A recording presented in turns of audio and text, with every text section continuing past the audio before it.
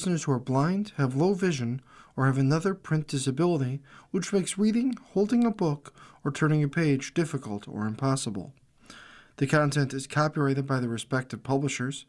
For more information, please visit us on the web at nfradioreading.org. Hi, this is Dick Shanley, and for the next hour I will be reading from Sunday's January 11th issue of the New York Times opinion section on the Niagara Frontier Radio Reading Service. First article, The World is in Chaos. 5 visions of what comes next. Since the Trump administration captured President Nicolas Maduro of Venezuela and announced plans to run the country, the world has been confronted with the fact that long-standing rules are falling into irrelevance. The largest global security alliance is hurtling toward an existential crisis. Widening protests threaten to bring down the Islamic Republic in Iran. Russia has launched a nuclear-capable missile into Ukraine. Times opinion asks 5 writers where they believe our world could be headed as the foundations of the post-World War II era slip out from under us and nations try to find their footing. They offer stark visions what the next century could bring. A hardened energy race, competing power centers, a world dominated by China, opportunism, years of radical uncertainty. They all agree on one thing: the world we know is ending. Something new has begun. An editorial comment: if it were for the better, we'd be delighted. Because of the uncertainty, it's very apprehensive. Energy giants face off. In the early 1910s, Winston Churchill ordered the conversion of Britain's giant fleet of dreadnought battleships from coal to oil to fuel. In so doing, the story goes, he ushered in the age of oil power. He also effectively anointed the United States, at the time the world's largest producer of oil, as a 20th century national hegemon. If global competition is inextricably interwoven with technology and energy, how states power themselves could predict how the next world order to take shape. Today, China is a classic example of a power state. It pursues its energy in every direction, harnessing an army of scientists and industrial R&D. The United States, at least through the end of the Biden administration, seem to be in the same game. Thanks to shale, the United States surged ahead of Saudi Arabia in the oil and gas stakes. There was a retro tinker toy aspect of President Joe Biden's emphasis on U.S. steel, but the United States was at least competing in green energy. Then came the second Trump administration, itself the product of a generation of radicalism in the American conservative movement. They are elements of his politics that are relatively conventional. The talk of energy dominance, the use of blunt force to secure a sphere of influence. But then there's the climate denial, the attacks on science, the phobia of wind turbines. In its darkest incarnation, the administration embraces a vision of conservatism somewhat between steampunk and reactionary 19th century Catholicism. The problem is, of course, that steampunk isn't real and solar panels are. The artificial intelligence needs gigawatts of power, and that drones are a menace to battleships, even of the Trump class. Cutting loose from 21st century physics, electrical engineering, the markets, and international community may help the administration stick to its libs, but pandemics are real. Venezuelan oil really is sticky, and the modern U.S. Army really does run on batteries, not push-ups. The anti-systemic post-factual quality of U.S. power and its obsession with the oil did not originate with Donald Trump. Remember Dick Cheney, George W. Bush in 2003? The Chinese do.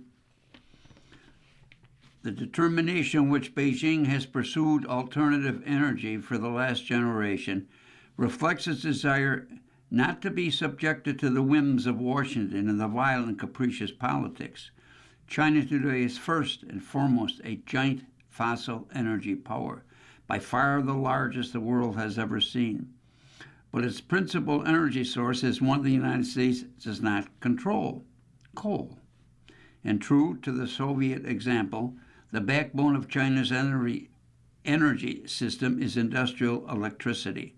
But how its electrotech to eventually place its coal-fired power stations, China has encouraged private entrepreneurs to build innovative factories for batteries and solar panels that now command world markets.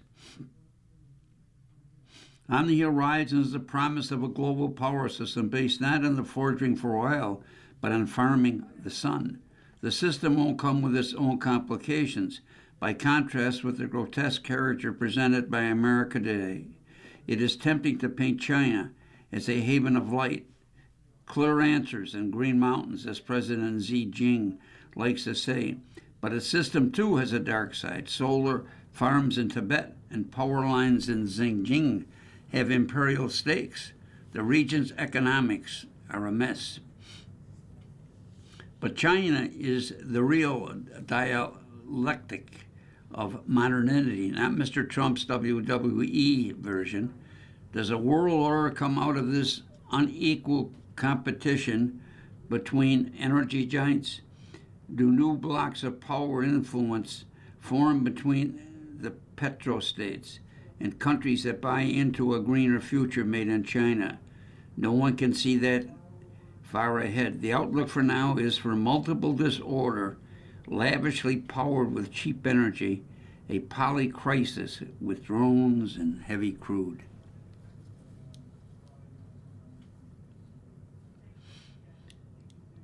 The World Splits into Three by Monica Duffy Toff. The previous article was written by Adam Tooze. The post-World War II rules-based order is collapsing, and the world's most powerful states are reaching for a dated playbook: spheres of influence. Russia has invaded Ukraine twice. China has militarized the South China Sea. The United States has seized Venezuela sitting president and publicly threatened to acquire Greenland from a NATO ally by force. What unites these actions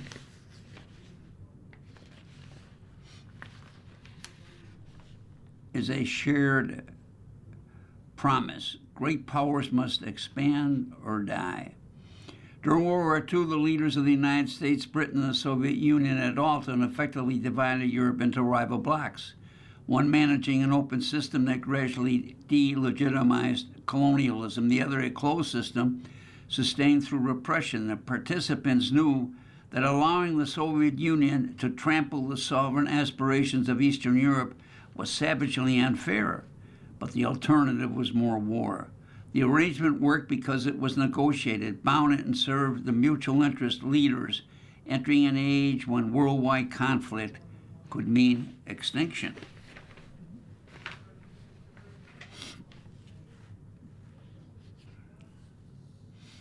What's taking shape today has no guarantee of similar success. Instead, we are entering a war where great powers seek domination without rules, limits, or agreed boundaries.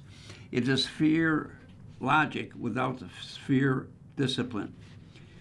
The key feature of today's spheres undermine their ability to create a stable world order. The first is that the current power consolidation is not a response to the immediate threat of another world war. The Yalta Agreement of 1945 was forged among exhausted states to prevent a return to global conflict. The spheres now taking place offer no comparable stabilizing benefit. If anything, they may lead the world down the opposite path. Second is the nature of America's current leadership. The world's most powerful democracy is now led by a president who has inverted a century of U.S. foreign policy, which sought to make the world safe from war in support of free trade. Donald Trump has made clear his admiration for President Xi and Putin of Russia, not so much as individuals, but as autocratic capable of using state power to advance and maintain their own power. All three men have revised history in ways that support a demand for muscular, military, coercive foreign policy.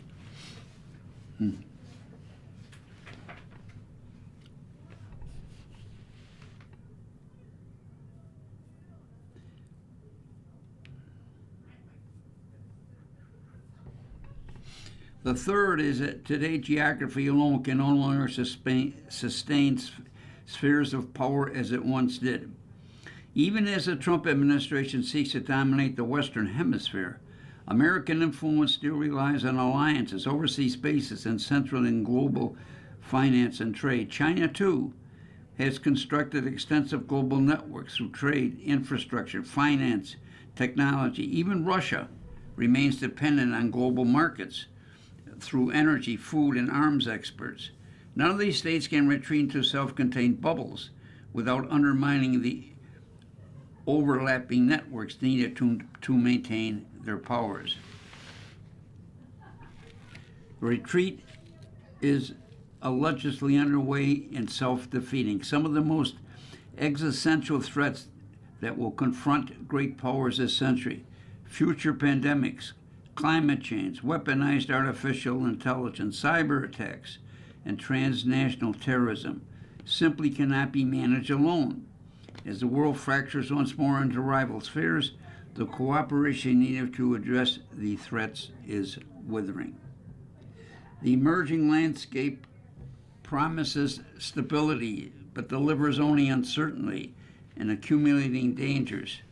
More nuclear proliferation, less cooperation on global threats, and a system that's structurally incapable of initiating the risk and crisis. The Global South pushes back by Matthias Vector. Great power politics has returned in a familiar research: coercion, intervention, hierarchy. The U.S., China, and Russia are once again asserting privileged claims over regions, trade routes, and political alignments, often through tools that stretch or sidestep the legal restraints that were supposed to define the post-Cold War era. States shaped by the imposed hierarchy of the last century are now central to the next chapter of global history.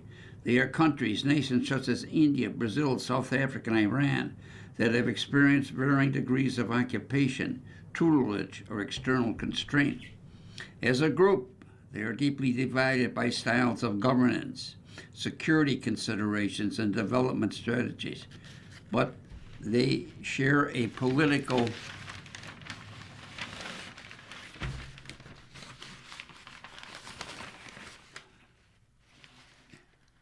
grammar forged by domination and resistance. For them, sovereignty is not an abstraction, it's a hard-won asset, something that is easily threatened and will be fiercely defended. That shared experience does not produce unity or thought of action among the nations that are often collectively referred to, however imperfectly, as the Global South. But it does produce agility. Across continents, the governments of middle and small powers increasingly hedge rather than align, forum shop rather than commit, and bargain transactionally rather than submit. They diversify trade, reroute finance, cultivate alternative partners, and keep their options open. The defining resource of many of these states today is not ideology, but the power to choose and to make their choices consequential in the new geopolitical landscape. As the most powerful nations jockey for dominance, their competition takes place in a world of dense economic interdependence and mounting planetary stress. Supply chains, payment systems, energy flows, data networks, food markets have all become instruments of pressure. Interdependence no longer restraint. Power more and more. It is weaponized, rerouted, and rationed. Influence travels through markets and infrastructure as well as through armies.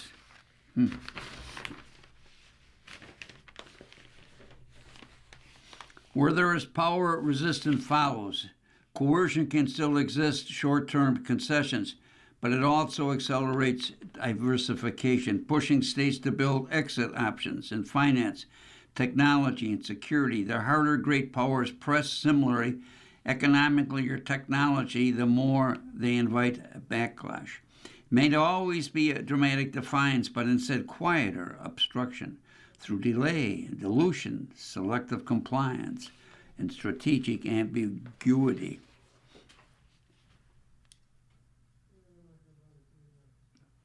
The next world order probably will not resemble a stable concert of powers or a neat division of the globe into rival camps.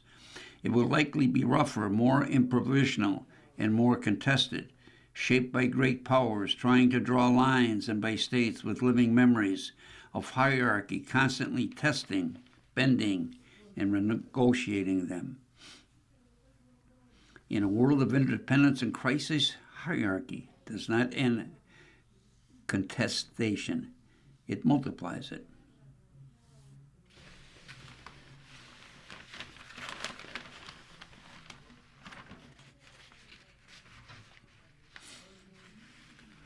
America cedes the stage to China by Rush Doshi.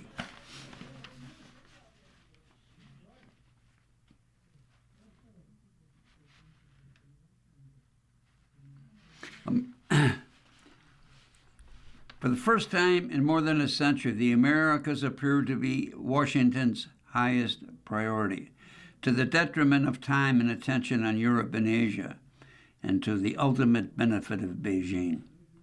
The administration's pursuit of a fortress America offers no refuge against China's growing power, and building it through imperial adventures risks repeating the mistakes of other great powers that similarly misdiagnose the true sources of national strength as territorial control instead of technological mastery. In the 18th century, China and Russia myopically built spheres of influence on the Eurasian steppe, while Britain won the century by perfecting the steam engine. In the 19th century, Europeans fixated on the scramble for Africa, while the U.S. leaped ahead by inventing electrification and mass manufacturing. Now the U.S. risks distracting itself by trying to govern Venezuela and seize Greenland, while China is dedicating vast sums to winning the technologies of the future, from artificial intelligence and robotics to quantum computing and biotechnology. Already, China's economy is roughly 30% larger than the U.S. in purchasing power. Its industrial base twice as large, its power generation twice as high, and its navy is on track to become 50% larger by the end of the decade. It leads to new technologies like electrical vehicles and next-generation nuclear reactors, while the U.S. increasingly depends on it for everything from antibiotics to rare earth minerals. Dominating the Americas does little to change this. The Western Hemisphere is only about 13% of the world's population, and a shrinking share of the economy and manufacturing capacity. If prioritizing the Americas means fewer resources are devoted to Asia, that's a poor trade, one that risks ceding the world's most populous and economically dynamic region to Beijing's influence. America would fall behind China technology, depend on its economically, and risk being defeated by its militarily. The result would be a Chinese century. For America, the only path to balancing China's sheer scale, to renew America's strength at home and leverage the collective power of U.S. partners by building allied scale abroad. And America First fixation on the Western Hemisphere complicates that. It distracts leaders from the task of domestic renewal and alienates allies and partners. Seizing Greenland from Denmark would fracture NATO and drive Europe closer to China. That would be strategic malpractice. Beijing appears to recognize that in statecraft, focusing one's energies on the right question matters. For Washington, the central strategic question of the 21st century is not whether the United States can build a bastion in the Western Hemisphere. It is whether America, after a century as the world's most powerful, advanced, and prosperous country, will renew the true source of strength or pass the torch to China.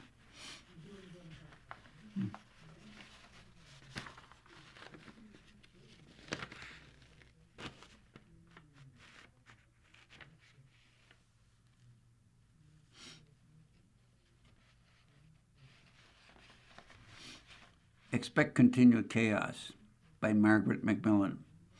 In the last decade or so, a lot of people got bored with looking at the future that promised more of the same.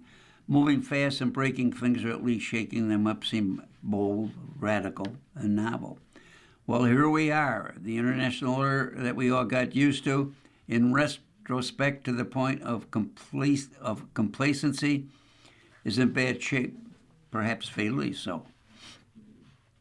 Whatever next? Will President Trump order the seizing of another head of state, yet another Russian flag tanker? Will President Xi Jinping of China decide that the time has come to reunite Taiwan with the mainland?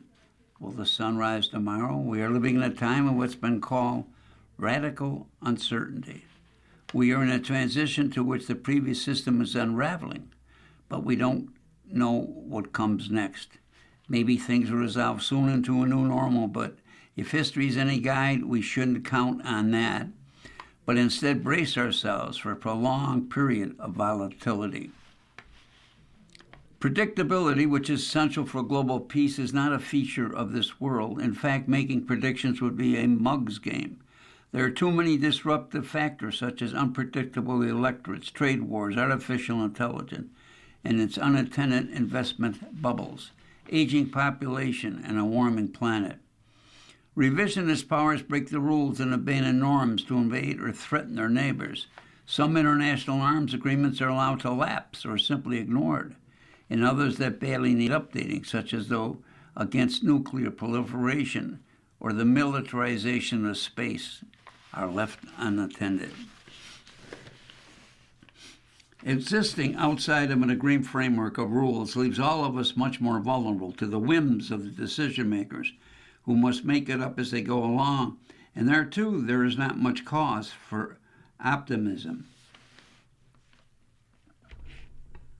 Do we really think the current crop of leaders and their advisors, indeed, do we think any of us are up to coping with the multifarious challenges that we face?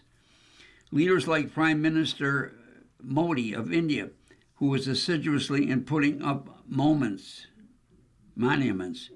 but less good at providing service and prosperity, or an isolated President Putin with his bubble of courtiers who assure him he was always right, or Mr. Trump, who was still the world's most powerful nation by most measures, who relishes the exercise of power at home and abroad, but whose attention fits between building a new ballroom and waging an undeclared war on Venezuela. In this unpredictable world, instead of order, we can expect hotspots, where great powers strive to achieve exclusive spheres of influence and clash whenever they meet on land and sea. China and the U.S. states over Taiwan in the Pacific, India and China along their common border, or Europe and its eastern border with Russia. Smaller powers may scramble to find shelter under one aegis or another, but as happened before 1914, shift alliance if they can see a better deal. This constant rearranging carries its own risk.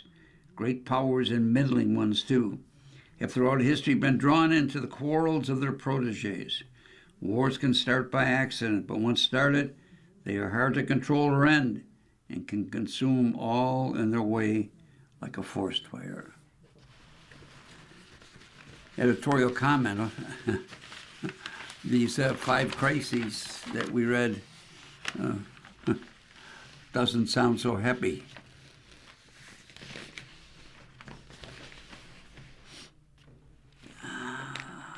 This article is written by Jamel Bowie. The sickness eating away at American democracy. Most Americans like to believe that this is a nation of law, where justice is blind to power and status, but there is a bit of self-flattery. The truth is that, as a country, we have often found one reason or another to let the powerful escape the consequences of their actions.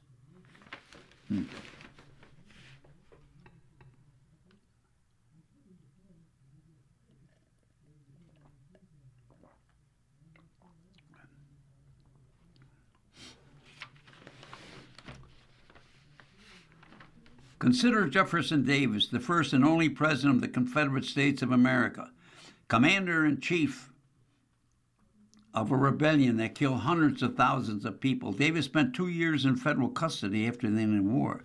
The indictment against him was dismissed after his release, and he spent the rest of his life as a free man. He died gently after a brief coma, 24 years after Appomattox, on December 1889. The Southern Press, the historian Donnelly Collins wrote in, the death and resurrection of Jefferson Davis was universal in its praise for the ex-Confederate leader. The funeral should be a demonstration of respect and love that would be the grandest and most impressive that have been witnessed in the city. The New Orleans Daily editorial realized, and should be conducted on scales to show the world that the South, in the face of sectional abuse and criticism, does not hesitate to honor in a profound manner the memory of the greatest of her sons. Davis was given the honor of a funeral procession through the streets of that city, where he had made frequent visits, and was laid in state in City Hall. Lawmakers across the South, including members of Congress, would give eulogies in his honor. In 1931, the state of Mississippi contributed a statue of Davis to the U.S. Capitol Statuary Hall. It's still there.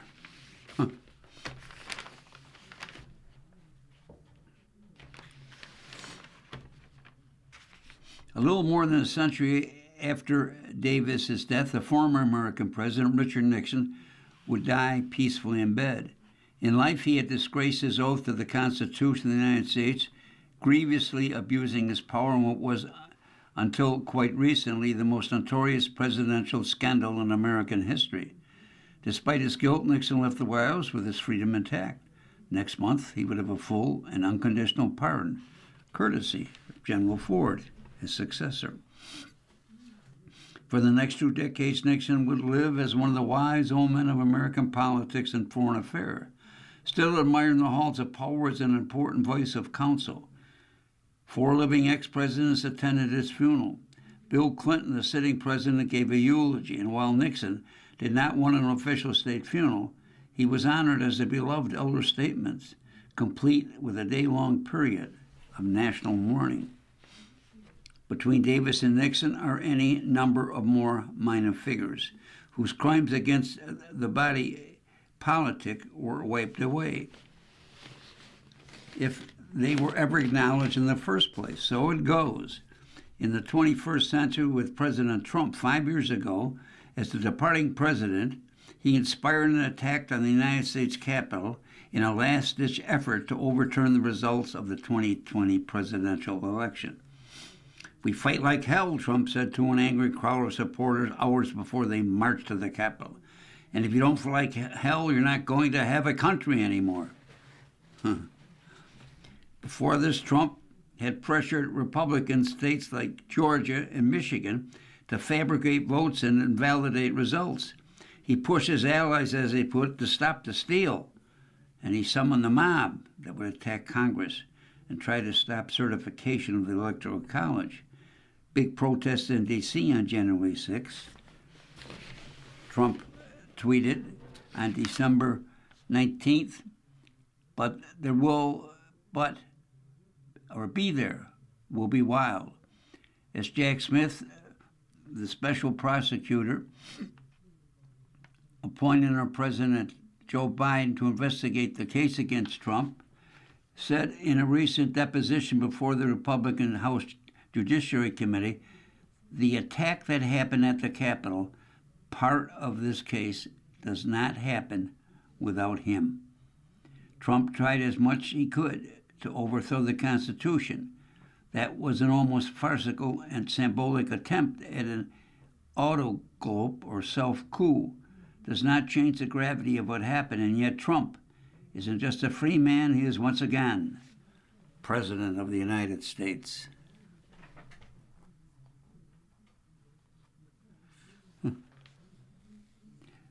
The myth of America says that this can't happen, but as our history tells us a different story. Our history says that we struggle to hold the powerful accountable. Our history says that we would often rather look the other way and content with what it means to be president and other officials to break the oath that turn their power against the republic. Our history says that with enough power, and if you're the right kind of American, you can escape consequences altogether and die a citizen in good standing.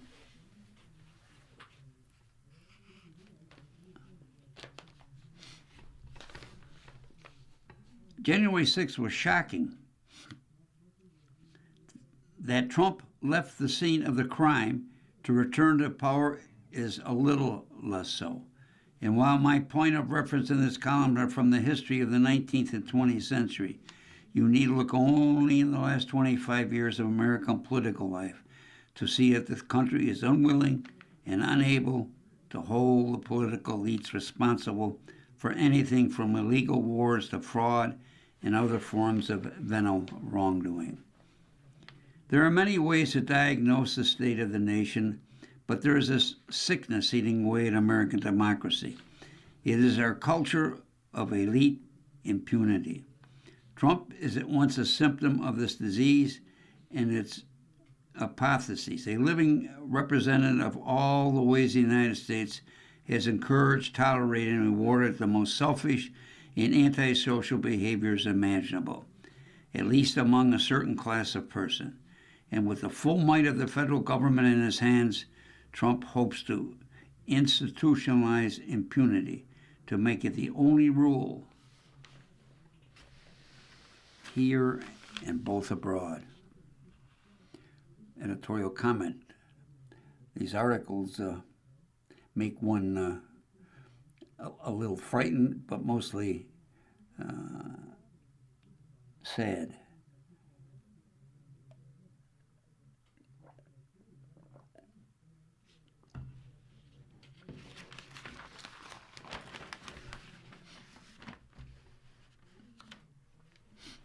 Iran is teetering. The West isn't prepared. A lone man crunched in the middle of Tehran Street, a black jacket pulled over his head, blocking advancing Iranian security forces. The video went viral among Iranians, quickly drawing comparisons to the famous Tank Man in China's Tiananmen Square in 1989. Similarly courageous actions have occurred across Iran. Young protesters, sometimes alone, sometimes in pairs, standing or kneeling peacefully before the repressors. The protests, which started on December 28, have spread to all of Iran's 31 provinces. They intensified after Kurdish groups announced a strike, and former Crown Prince Reza Pahlavi called on Iranians to take to the streets on Thursday and Friday evenings, to call echoed by activists, celebrities, and other Iranians.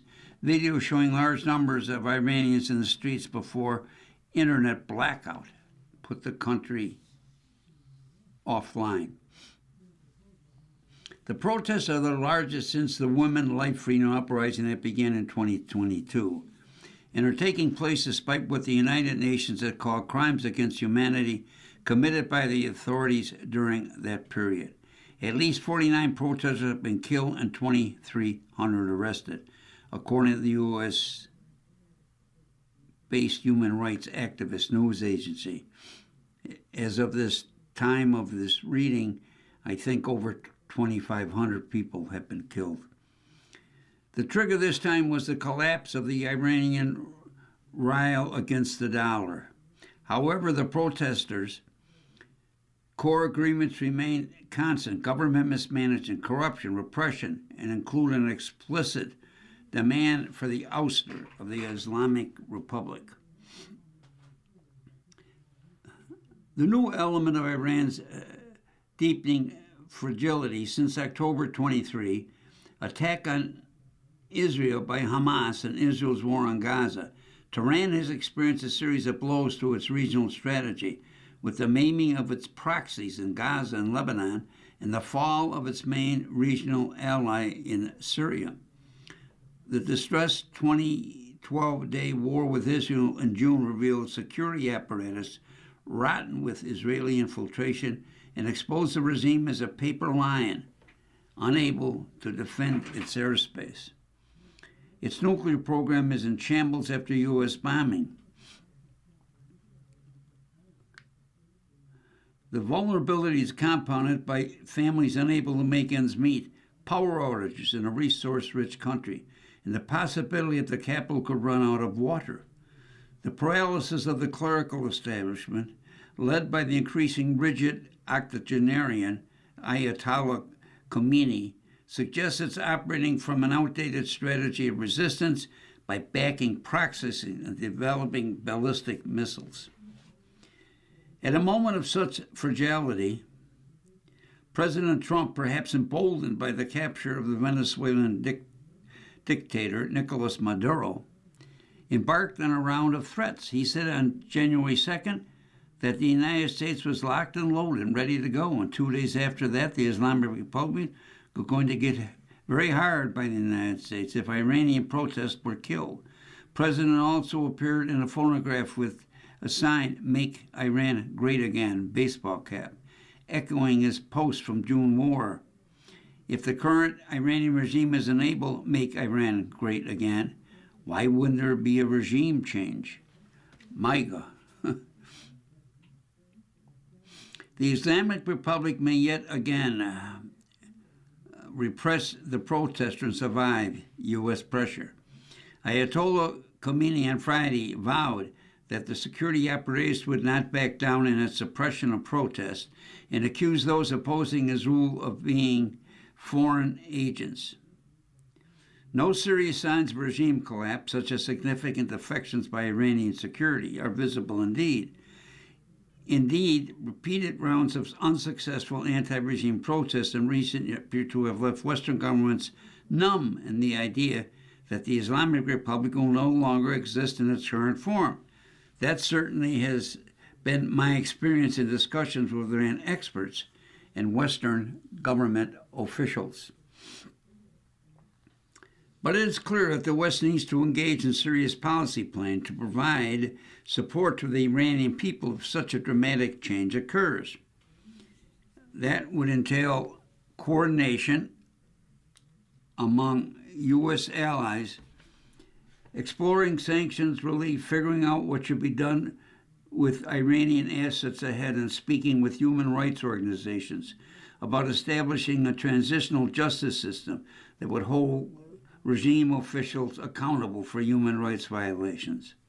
Some protests have responded positively to Trump support, renaming Tehran Street after U.S. presidents and even placing in various locations stickers bearing the visage that read, "Trump, Iran is waiting for you." Other anti-regime Iranians worry about foreign intervention. The very fact that people are out in the streets is surprising, considering that it usually takes years for people to recover networks to form in recent brutal crackdowns.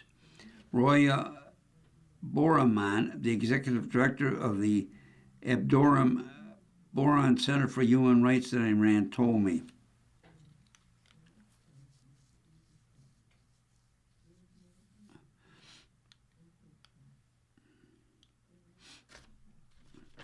Her center documented 2,600 executions in 2025, the highest number in 30 years. The Human Rights Activist News reported that at least 26 executions took place over 48 hours last week. The protesters seem undeterred. Like earlier waves, these current protests have distinguishing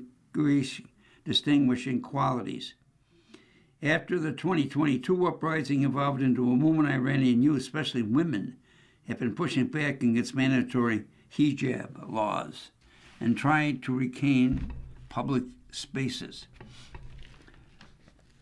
This is a generational rupture. Gen 7 Iranians are a different breed from their parents, unwilling to bow to the Islamic Republic and driven to fight for a future without its rules. Not surprisingly, today protests appear to be partly led by Gen Z.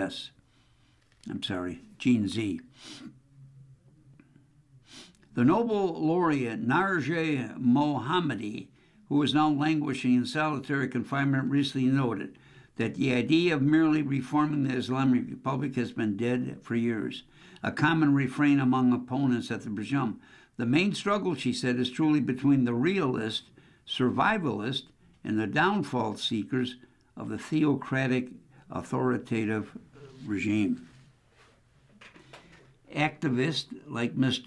Mohammadi have called for a constitutional assembly and a referendum, and now a transition to a secular democracy, grounded in popular sovereignty, national interest, and normal relations with all countries of the world. Instead, U.S. and key European leaders have ignored these demands in favor of diplomacy, choosing, once again, the devil they know, sclerotic clerical establishment. The Islamic Republic faces an array of challenges, the lingering specter of a new war with Israel, upheaval over the eventual succession replacement for Ayatollah Khomeini, the supreme leader, and the likelihood of continuing protest. Many U.S. and Western policymakers and analysts recoil at the prospect of change in Iran out of fear of the unknown, but the status quo has wreaked havoc and suffering on the Iranian people and the region for decades. Western governments must not be caught flat-footed. They should begin serious policy planning for the possibility of a change in Iran, a country with more than 90 million people, including the destabilizing waves that could accompany regime collapse, with U.S. allies in the Persian Gulf are worried about. Western governments will not be caught flat-footed. They should begin serious policy planning for the possibility of a change in Iran, a country with more than 90 million people,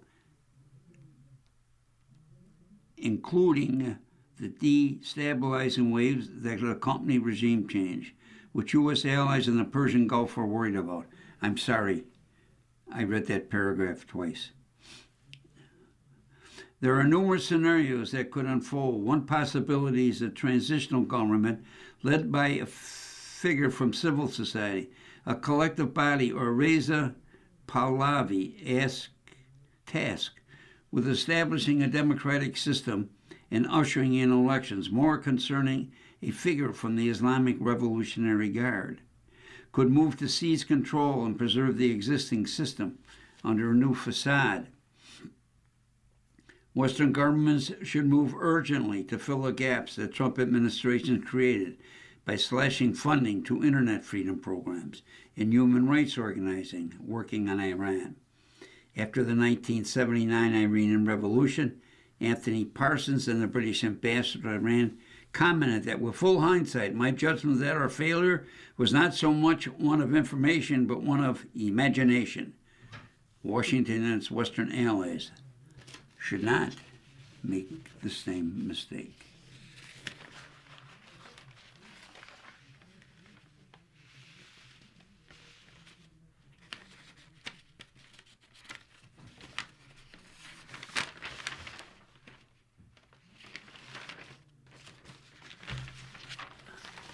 Trump is about to lose control of the economy.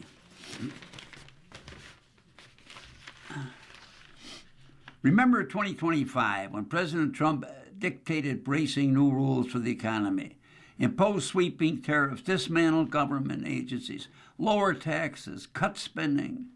Federal Reserve remained independent, but almost everyone else fell in line. That may soon feel like ancient history, because the first couple of months after the new year, the power shifts. The Supreme Court is expected to rule on both the Trump administration's huge slew of tariffs and the president's ability to control the Federal Reserve Board. In addition, a new nominee to lead the Fed will be handed over to the Senate for scrutiny. Meanwhile, Congress no longer seems to be listening to Mr. Trump on taxes and spending.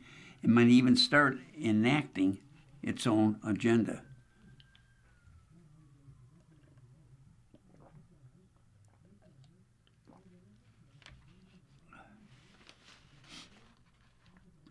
These developments affecting cornerstones of Mr. Trump's domestic agenda will have a large impact on what our economy looks like and how it works. But in sharp contrast to last year's rule by fiat, none of the expected changes ruled by fiat. None of the expected changes in this extremely consequential arenas are in the presidential control. At a minimum, these events may thwart his efforts to further impose his will. At a maximum, they will begin undoing the changes he made so far. Either way, we're likely to end up well past peak Trump. The tariff decision may be the first of these seismic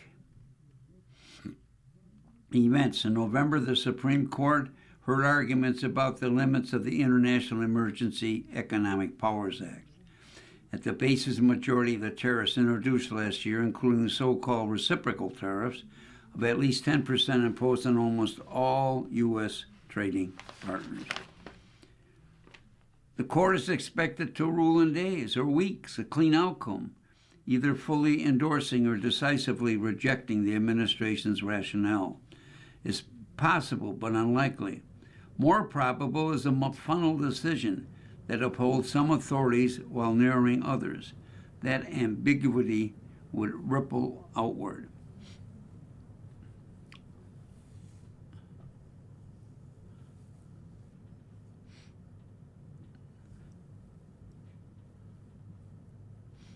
If some tariffs stay in place, businesses that have so far absorbed much of the cost may no longer be able to shield consumers from higher prices.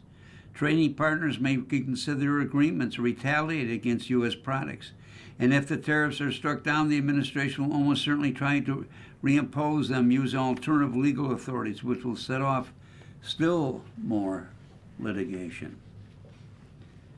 The Supreme Court will be the only getting started. However, because sometime soon thereafter, it is likely to issue a decision that will shape monetary policy more directly than the court has any point in recent memory. In August, Mr. Trump claimed to have fired a Federal Reservist Governor Lisa Cook. Lower courts have blocked her removal pending Supreme Court review. With arguments scheduled to take place this month, I joined every living former Federal Reserve chair, along with many former economic officials and economists, in an amicus brief supporting her. The court's ruling could reaffirm the independence of the Fed or severely weaken it by effectively allowing the president to remove any central bankers who displease him.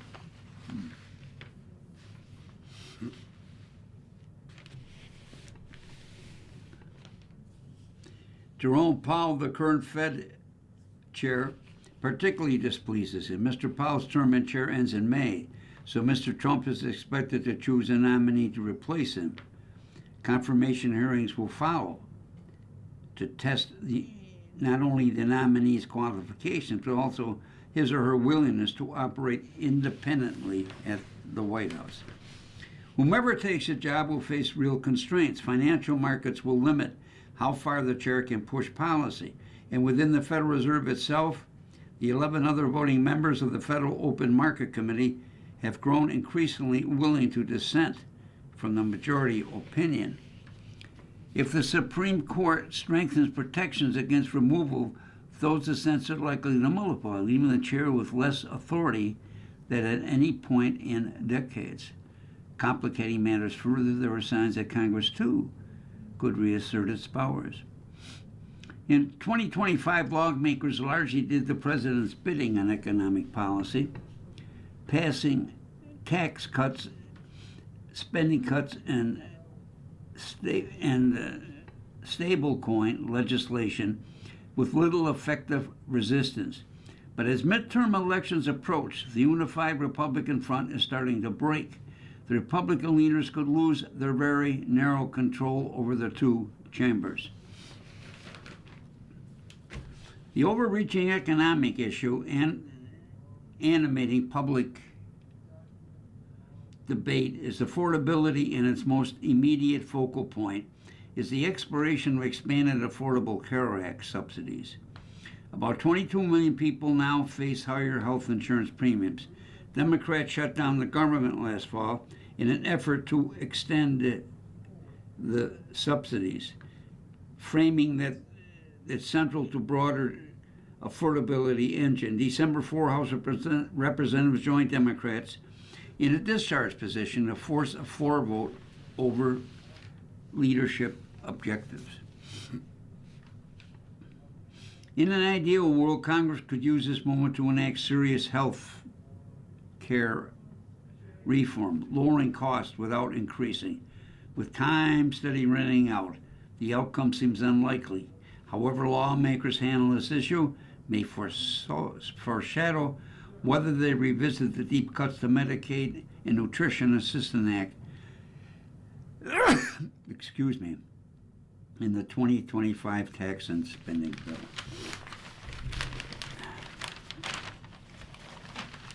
Welcome to the resistance, Pope Leo. Since his election in May as the first American Pope, Leo XIV has become a political and temperamental counterweight to an incendiary American president. A face-off between the two most prominent Americans on the world stage was inevitable, if only for the contrast between President Trump's blustery inconstancy and Leo's soft-spoken yet firm dignity. The Pope is neither quiet nor shy.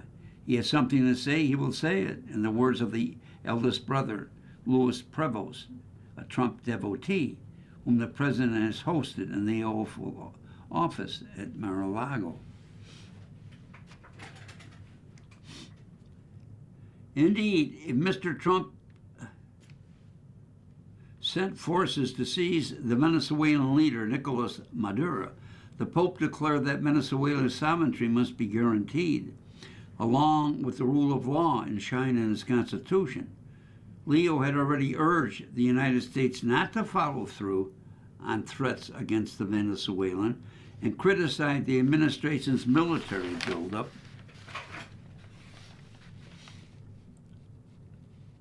In the Caribbean, he also repeatedly lamented the treatment of immigrants by U.S. authorities and called on American clergy members to be vocal and active on the issue, which they have been.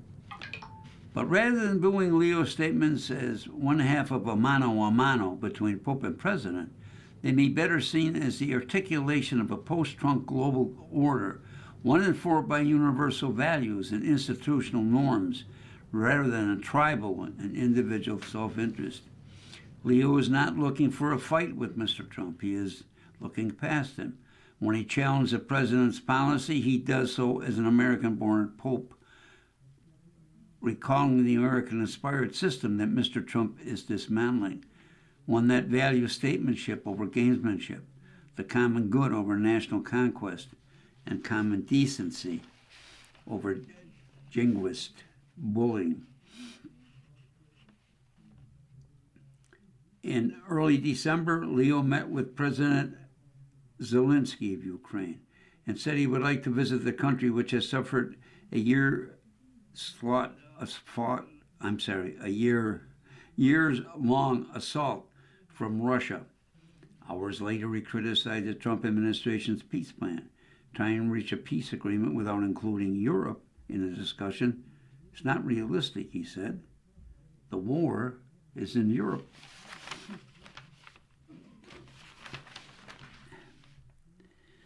So after remarks that could have aimed at MAGA statements, Leo told European politicians on the center right that the mark of any civilized society is that differences are debated with courtesy and respect.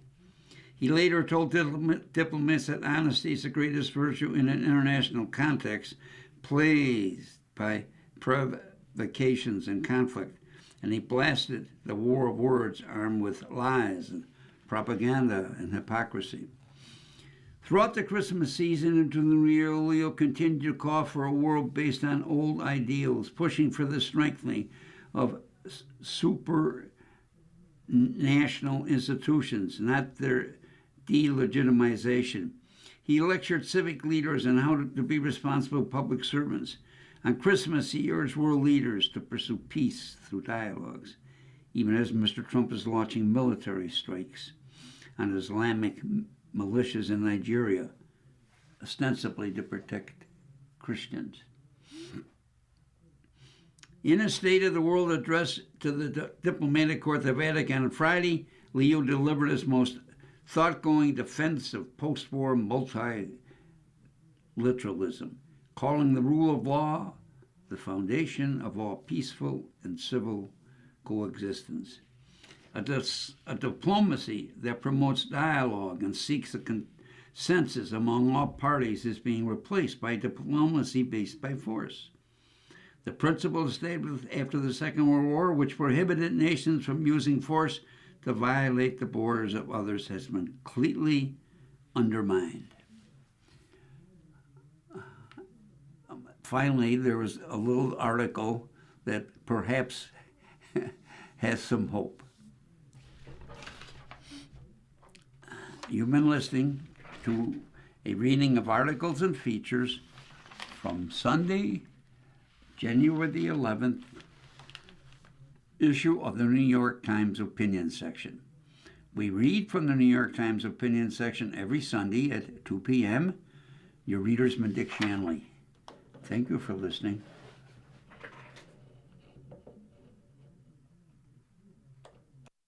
Coming up next in the Niagara Frontier Radio Reading Service, we have a reading of the New York Times Arts and Leisure section, followed at 4 by a rebroadcast of this morning's Buffalo News.